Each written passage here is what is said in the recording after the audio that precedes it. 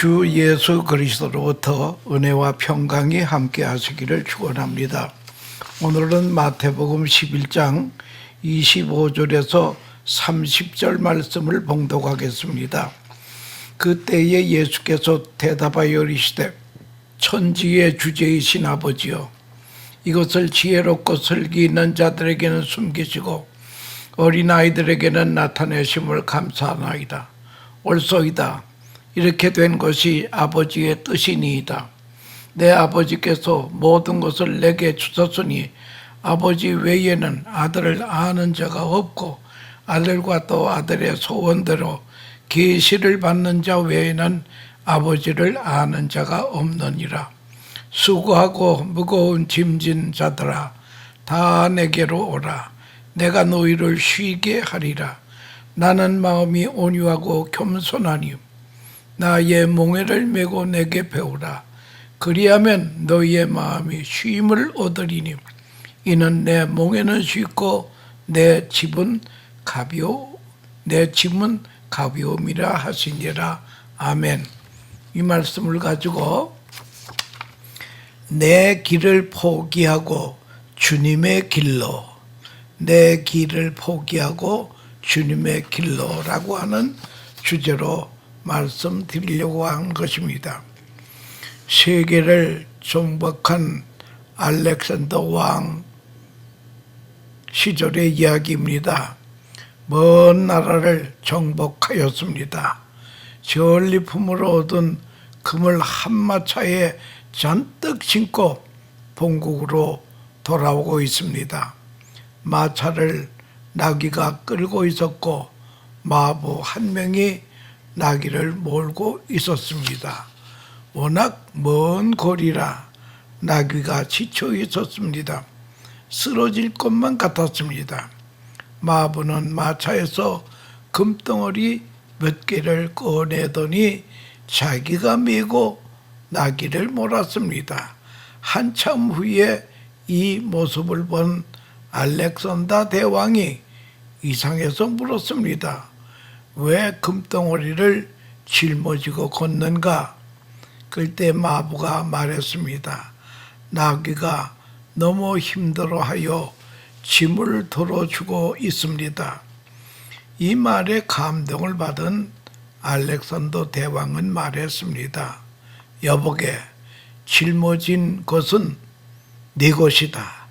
짊어진 금덩어리는 너다 가져라 이거예요.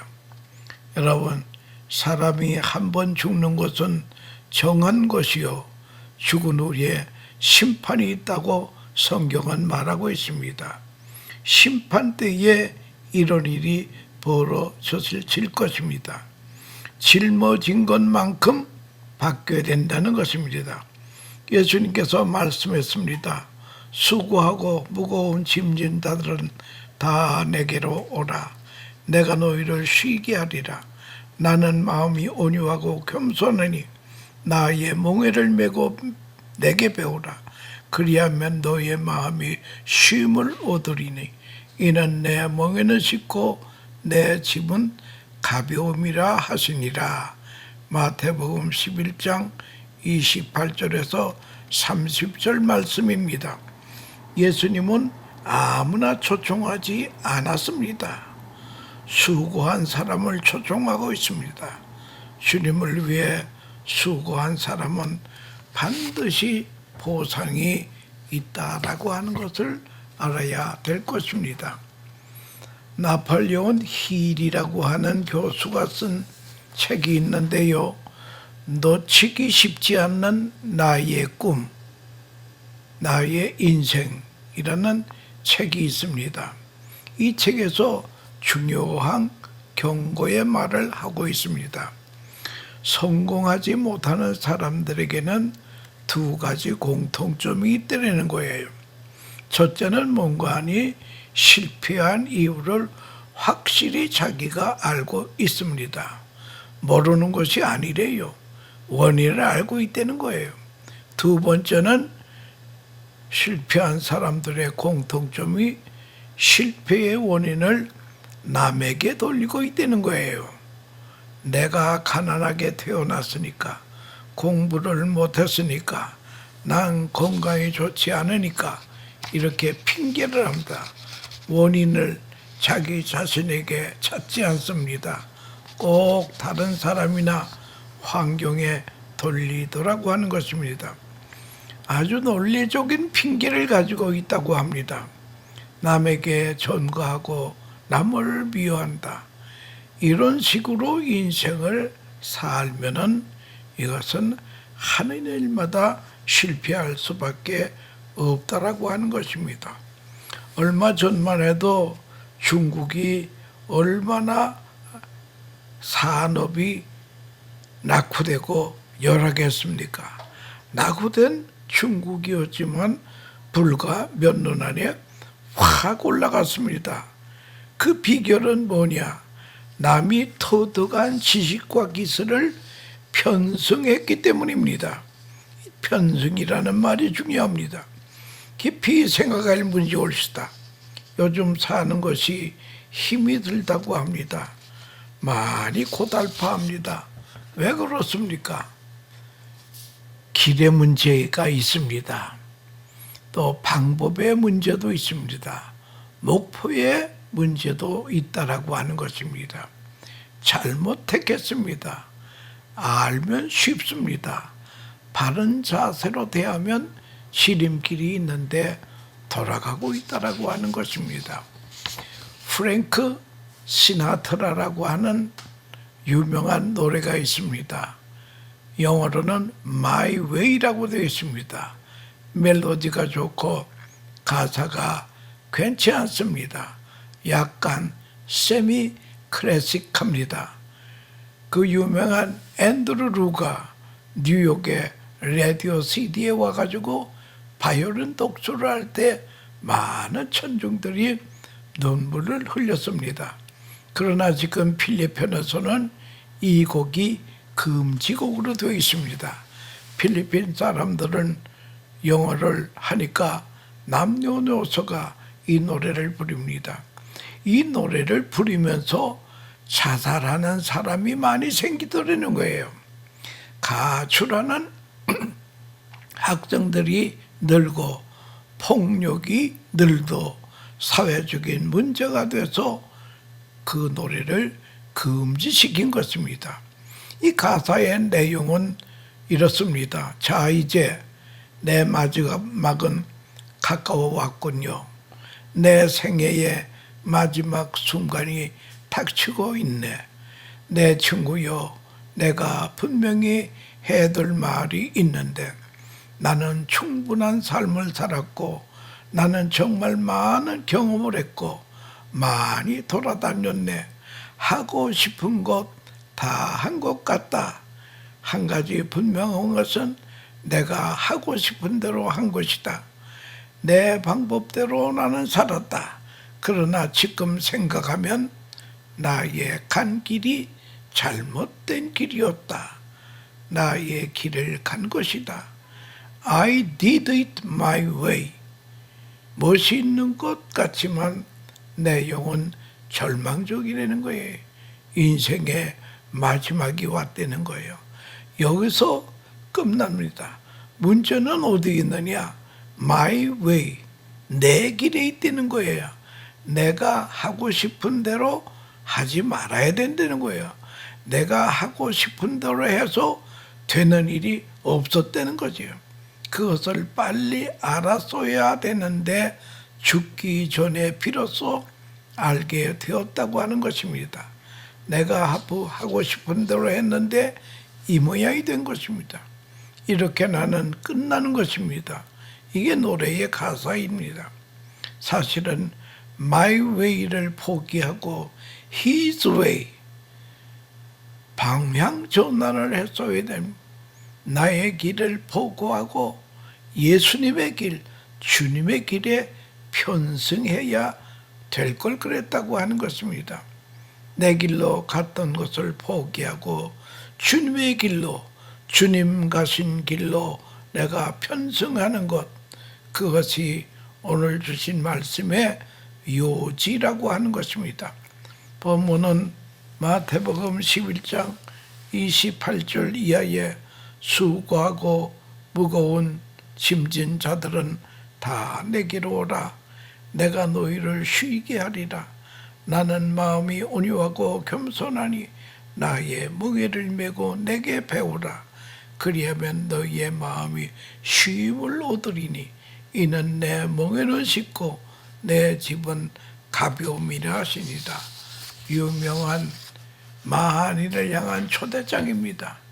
이것을 유니버설 인비테이션이라고 합니다. 흔히들 인생을 고해라고 합니다. 맞는 말인 것 같습니다. 겉으로는 평범해 보이지만 문제가 없는 사람이 없다라고 하는 것입니다.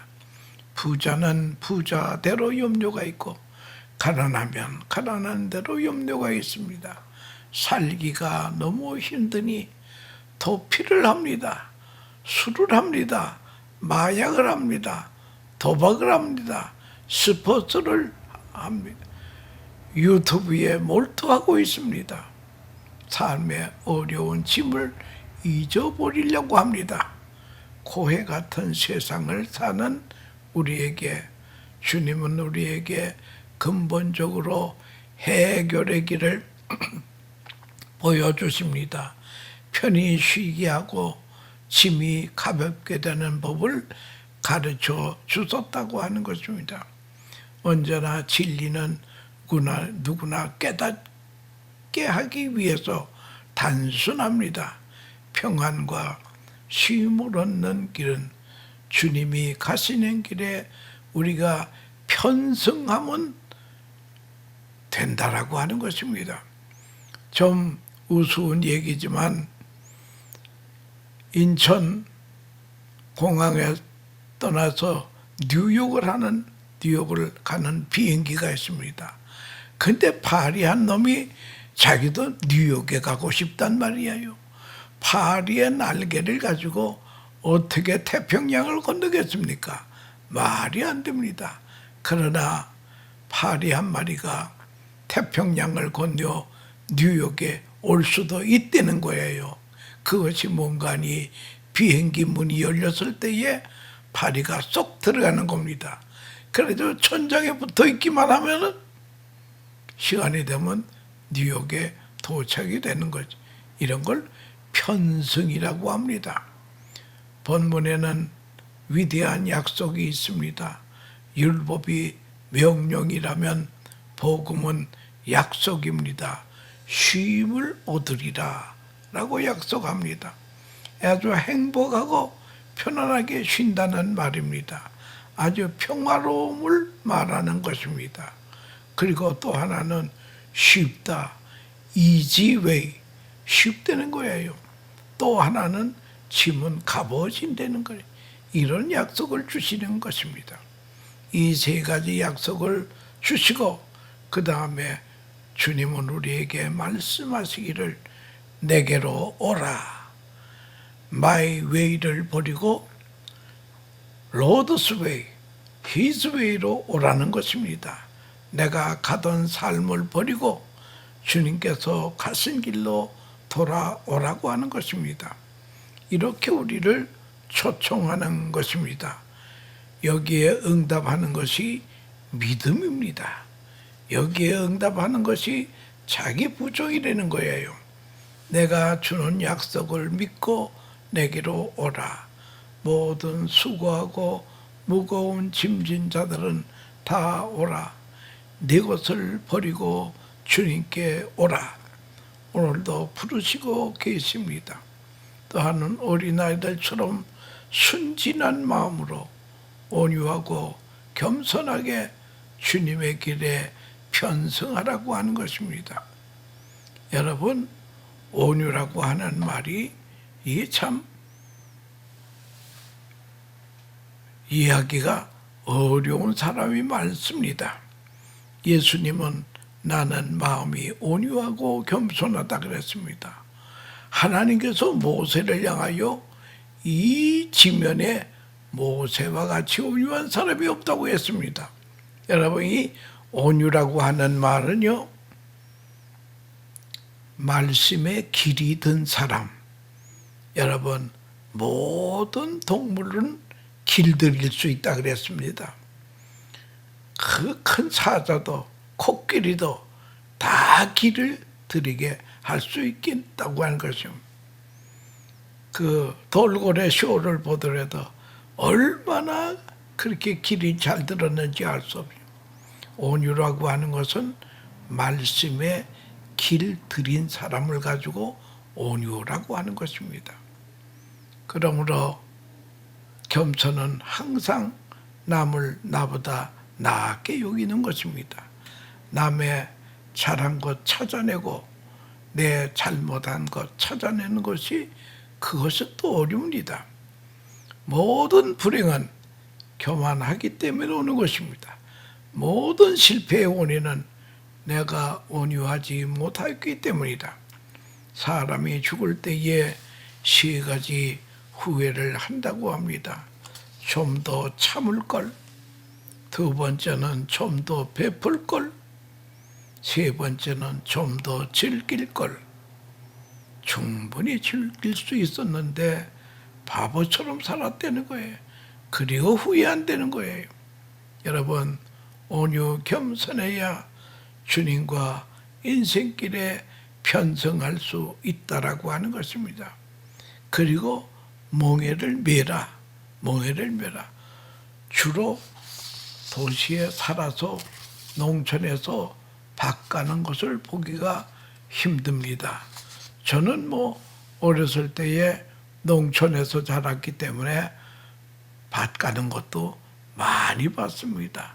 농부들이 농사하는 거 다 많이 봤습니다.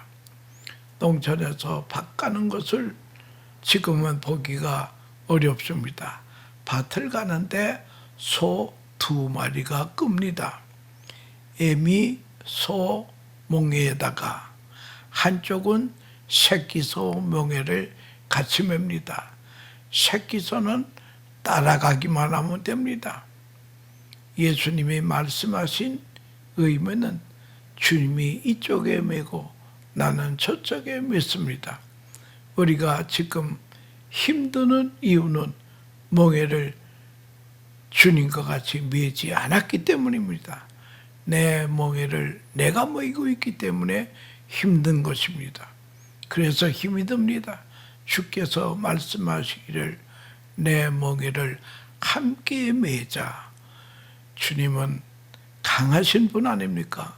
말씀으로 천지도 창조하신 위대한 힘을 가지신 주님께서 그 주님과 내가 멍에를 같이 하면 그냥 우리는 쉽게 일을 할 수 있다라고 하는 것입니다. 그가 가는 대로 가고 그가 힘쓰는 대로 같이 가고 그가 온유 겸손한 대로 나도 온유 겸손을 따라가는 것입니다. 예수님은 내 멍에를 너희가 메라고 했습니다. 얼마나 아름다운 표현입니까? 여러분, 무슬리나나 주님과 함께 해야 됩니다. 주님과 보조를 맞춰야 됩니다. 주님께서 가신 길 가고 주님께서 쉬면 나도 쉬고 주님이 기도하면 나도 기도하고 내 멍에를 하나님께 함께 매자라고 하는 것입니다. 그리고는 내게 배우라 그랬습니다. 이 배우라고 하는 말이 메데네스라고 하는 것입니다. 이것은 제자라고 하는 것입니다. 제자란 선생한테 배우는 게 제자고, 그 다음에 선생님부터 배운 것을 또 남에게 전수하는 게 제자고, 또 제자는 스승을 닮는 것이 제자다. 여러분, make disciple, 제자 삼으라고 주님께서 하셨는데 이 제자의 의미를 우리가 잘 알아야 됩니다. 주님으로부터 배워야 됩니다. 배운 바를 남에게 가르쳐야 됩니다. 그리고 우리는 매일매일 예수님을 닮아가야 된다는 거예요. 이게 제자라고 하는 거죠. 제자하고 학생하고는 다르다고 하는 것입니다. 학생은 지식만 공부하면 됩니다. 그러나 제자는 스승과 함께 있어야 됩니다.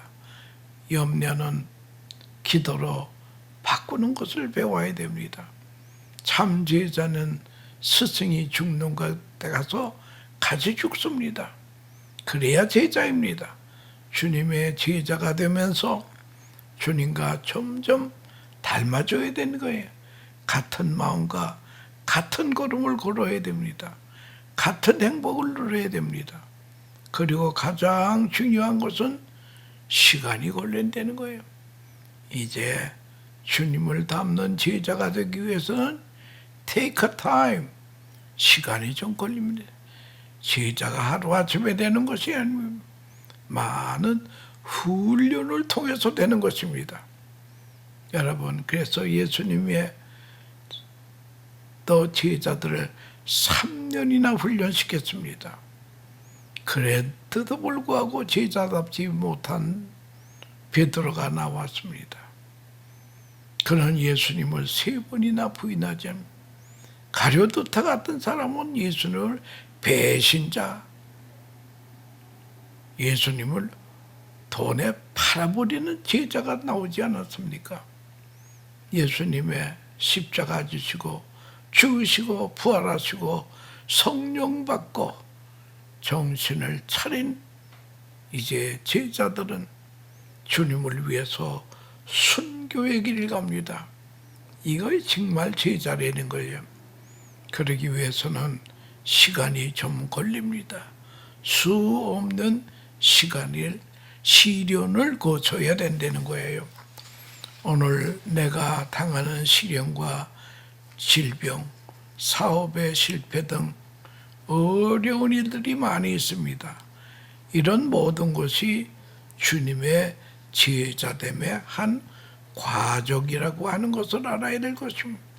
여러분, 자녀가 가정이나 사업 때문에 고생하십니까? 이것이 다 나에게 필요한 것이기 때문에 당하는 것입니다. 소크라테스의 아내는 역사적으로 아주 유명한 악초였다고 합니다. 어느 날 소크라테스가 제자들과 함께 집에 들어가는데 그의 부인이 돈도 못 벌어오고 철학이나 가르친다고 하면서 남편에게 설거지를 하던 구정물을 얼굴에다 팍 부었습니다. 이럴 때에 소크라테스의 제자들이 깜짝 놀랐습니다. 제자들 앞에서 그 꼴을 당했습니다. 이 광경을 보던 제자들이 화가 나서 저런 못된 마누라 빨리 치우세요. 뭐하러 저런 여자하고 삽니까? 그때 소크라테스가 웃으면서 하는 말이 유명한 말입니다. 너희들 말 조심해라. 저 여자가 아니라면 내가 어찌 철학자가 됐겠느냐. 자기가 철학자가 된 거예요. 아내 때문에 됐다는 거예요. 아내 때문에 고생하는 남편이 있습니까? 그것도 필요한 것이고 중요한 것입니다. 무엇이든지 나에게 주어진 것은 주님의 제자됨의 교과 과정이라고 하는 것을 그걸 우리가 터득해야 된다는 거예요. 하나님이 나를 잘 아십니다. 내가 사람이 되려면 이것이 필요해서 허락하신 난관이라고 하는 것을 알아야 됩니다. 내가 어느 겸손하려면 이것이 필요해서 주님이 주신 것이기 때문에 어려움도 감사하게 수용할 줄 알아야 된다라고 하는 그런 것입니다. 그때에 한 발짝 예수님의 제자가 되어 간다라고 하는 것입니다. 이스라엘이 광야 40년은 가나안 땅에 들어가기 위한 선민의 훈련소였다라고 하는 것을 알아야 됩니다. 이 광야라고 하는 히브리어의 뜻이 무엇인가 하면은 광야는 말씀하신다. 하나님이 말씀하신다. 하나님이 교훈하신다. 광야가 그냥 광야가 아닙니다. 이 광야의 수업이 주님이 교훈하시는 바가 있어서 광야를 통과하게 된다는 거예요. 여러분 지금 광야길을 가고 있습니까? 이게 하나의 교과 과정으로 받아들여야 합니다. 내 멍에를 메고 내게 배우라. 내 제자가 되라. 그리하면 쉼을 얻으리라. 주일날 교회 안 가고 집에서 텔레비나 보고 있으면 다음 날 깨어난가요? 아닙니다. 예배 당에 가서 말씀 듣고 새로운 힘을 얻어야 된다는 거예요. 그래야 한 주간을 힘차게 편안하게 살 수 있다라고 하는 것입니다. 문제들이 쉽게 풀어지게 된다는 거예요. 그리고 내 집은 가벼워질 것이라고 주님은 약속했다라고 하는 것입니다. 오늘 본문의 말씀은 오라, 내게로 와서 배우라, 또 내 멍에를 메고 내게 배우라. 귀중한 말씀입니다. 이 말씀 속에는 예수님이 우리의 문제를 모두 책임지시겠다는 뜻이 내포 있다라고 하는 것입니다. 순종하는 자에게는 명령자가 책임지신다고 하는 것입니다. 주님의 명령에 순종하면 주님이 책임져 주신다고 하는 것입니다. 나한테 와서 나를 배우면 내 운명은 예수님이 책임을 지신다고 하는 그런 뜻입니다. 아브라함 링컨은 오히려 세상을 떠난 다음에 국민들로부터 많은 사랑과 존경을 받았습니다. 그의 업적도 존경받지만 그의 인격에 대하여서 많은 사람들이 존경합니다. 그의 인격을 단적으로 표현한다면 이런 그가 죽은 다음에 이런 편지 한 장이 공개가 되었습니다.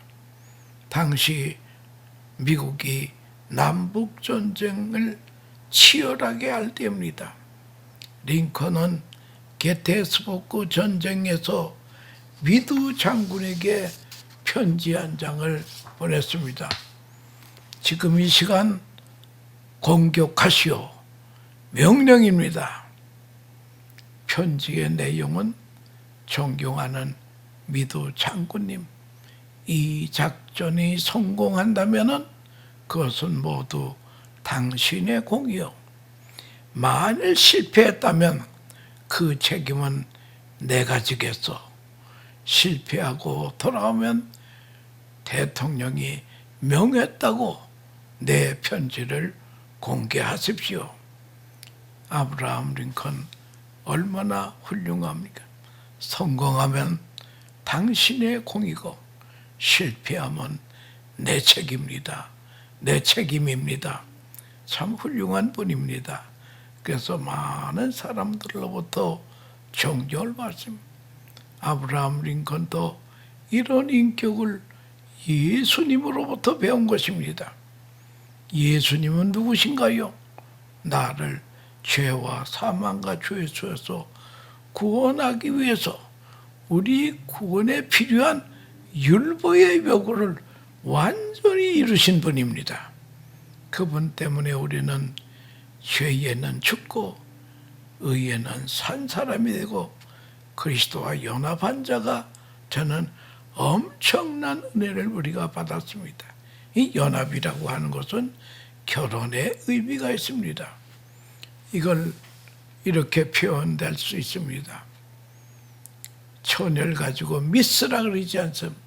미스 시너, 죄인 처녀가 결혼하여 미세스 크라이스트가 된 것입니다. 그리스도의 신부가 된 거예요. 이제 신부는 신랑 신부는 한 몸이 되었습니다. 그리스도와 한 몸이 되었습니다. 그래서 성부 아버지의 견지에서 우리를 보실 때에 죄를 한 번도 안 지은 사람으로 보십니다. 오늘 본문은 이런 은혜를 베푸신 예수님의 말씀입니다. 마태복음 11장 28절에 수고하고 무거운 짐진 자들은 다 내게로 오라. 내가 너희를 쉬게 하리라. 내게 오라. 내 제자가 되라. 내가 편히 쉬게 하리라. 내가 성공하리라. 너희의 운명 내가 책임지리라. 이제 우리는 그동안 걸어온 My Way를 포기하고 His Way, Lord's Way로 편승함으로 우리는 이 참 한 번밖에 안 가는 인생길을 성공적으로 가야 될 것입니다. 이 My Way를 포기하고 His Way로 편승한 사람의 실화가 하나 있습니다. 마이클 프레드 펩스라고 하는 미국의 수영선수입니다. 올림픽에서만 메달을 22개를 땄습니다.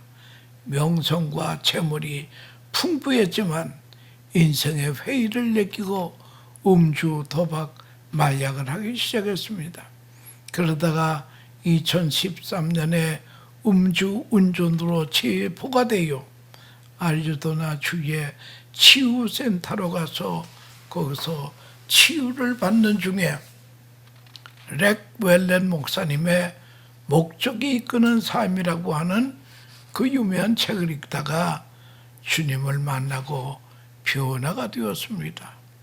그동안 소신껏 자기 길로 가던 길을 포고하고 주님의 길에 편성하여 치유도 받고 근본 2010 오래전에 4년 전이죠. 브라질 리오 올림픽 대회에서 금메달 5개, 은메달 1개를 땄습니다.